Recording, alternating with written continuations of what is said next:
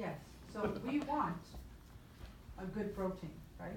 Correct. So this one eliminates all proteins? We'll get there. Oh, okay. That's a really good question, and that is a really important question too.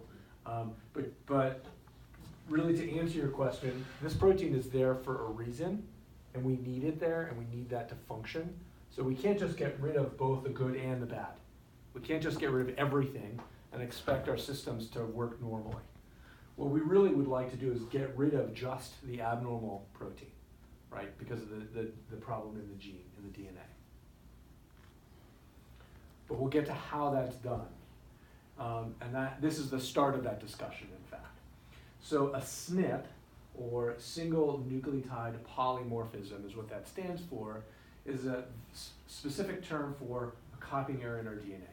So when you take a piece of paper and you put it on the Xerox machine, and there's a little dot that shows up on that piece of paper, that's the idea. Okay, it's copied, there's a problem that's there. And sometimes it shows up in a part of the paper that doesn't matter. And sometimes it causes a problem that people don't like cilantro.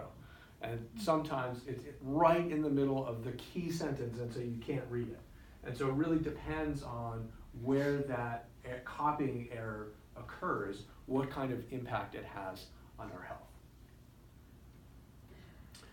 And in the case for WAVE, what they're doing is there are two specific SNPs that are associated with the mutant Huntington's disease, or this expansion. So if you look at people with a normal Huntington, they don't have that. But about 70% of people have one or both of these single nucleotide polymorphisms.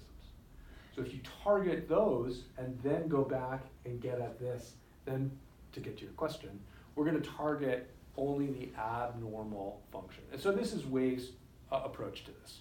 Okay, there are other approaches as well, but this is Wave's approach.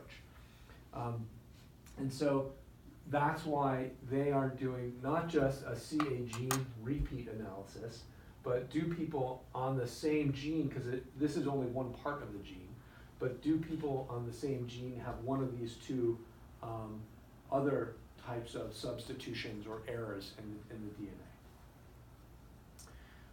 And that's what this targets. And so the idea is to get rid of just the mutant protein and leave the healthy protein alone.